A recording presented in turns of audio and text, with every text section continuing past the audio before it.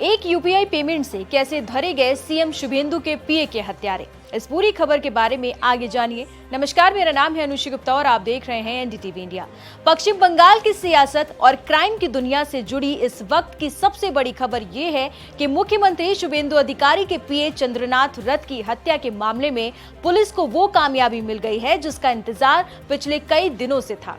Bengal police की STF ने बिहार और उत्तर प्रदेश में छापेमारी कर 3 ऐसे बदमाशों को दबोचा है जिन्होंने इस पूरी वारदात को अंजाम दिया था। लेकिन इस पूरी कहानी में सबसे चौंकाने वाला मोड़ वो नहीं है कि ये लोग कहां से पकड़े गए, बल्कि वो सुराग है जिसने पुलिस को इन कातिलों तक पहुंचाया है।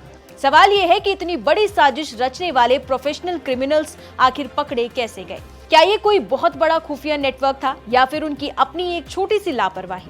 दरअसल 6 मई की रात को 24 परगना जिले में चंद्रनाथ रथ की उनकी एसयूवी के अंदर ही गोली मारकर बेरहमी से हत्या कर दी गई थी।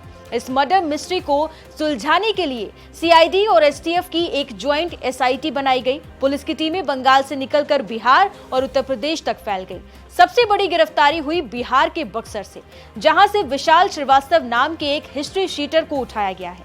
विशाल कोई मामूली अपराधी नहीं है, उस पर हत्या, लूट और डकैती जैसे 15 से ज्यादा संगीन मामले पहले से दर्ज है। इसके बाद पुलिस पहुंचती है उत्तर प्रदेश के अयोध्या, जहां से राज सिंह नाम के आरोपी को गिरफ्तार किया गया।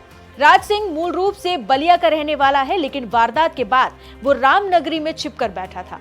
तीसरा आरोपी मयंक भी अब पुलिस की गिरफ्त में है। दरअसल इन शातिर बदमाशों ने एक ऐसी गलती कर दी जिसकी वजह से पुलिस उन तक पहुंच गई। इस पूरी तफ्तीश में सबसे बड़ा मोड़ आया हावड़ा के बल्ली टोल प्लाजा पर। पुलिस को पता चला कि वारदात में इस्तेमाल की गई सिल्वर रंग की कार हमले से ठीक पहले इसी टोल प्लाजा से गुजरी थी। जब सीसीटीवी और रिकॉर्ड्स खंगाले गए तो एक हैरान करने वाली बात सामने आई। इन बदमाशों ने टोल टैक्स का भुगतान कैश में नहीं बल्कि यूपीआई के जरिए किया था। बस यहीं से पुलिस के हाथ वो मोबाइल नंबर लग गया जो हत्यारों की मौत का वारंट साबित हुआ। इसी नंबर को ट्रैक करते हुए एसटीएफ बिहार के बक्सर तक पहुंच गई। सीसीटीवी फुटेज ने चेहरों की पहचान साफ कर दी, लेकिन इस मामले ने सुरक्षा एजेंसियों की नींद एक और वजह से उड़ाई हुई है, और वो है इस हत्या में इस्तेमाल हुआ हथियार। जांच में पता चला है कि चंद्रनाथ रथ को मारने के लिए ऑस्ट्रिया में बनी ग्लॉक 47X पिस्तौल का इस्तेमाल किया गया था। ये एक बेहद सोफिस्टिकेटेड और आधुनिक हथियार है जिसका भारत में मिलना और इस्तेमाल होना राज्य ही नहीं बल्कि केंद्रीय एजेंसियों के लिए भी बड़ी चिंता की बात है। आखिर इन बदमाशों के पास इतना हाईटेक हथियार कहां से आया? क्या इसके पीछे कोई इंटरनेशनल सिंडिकेट है?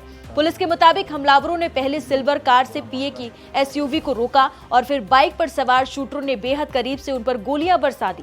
फिलहाल ये तीनों पुलिस की कस्टडी में हैं और इन्हें कोलकाता लाया जा चुका है। बंगाल पुलिस जल्द ही एक प्रेस कॉन्फ्रेंस कर इस पूरी साजिश की परतें खोलने वाली है। क्या ये सिर्फ एक रंजिश थी या फिर इसके पीछे कोई गहरी राजनीतिक साजिश? क्या विशाल श्रीवास्तव और उसके साथियों को किसी ने सुपारी दी थी? और सबसे बड़ा सवाल ये है कि वो कौन है जिसने इन बदमाशों को ऑस्ट्रियाई पिस्तौल मुहैया कराई?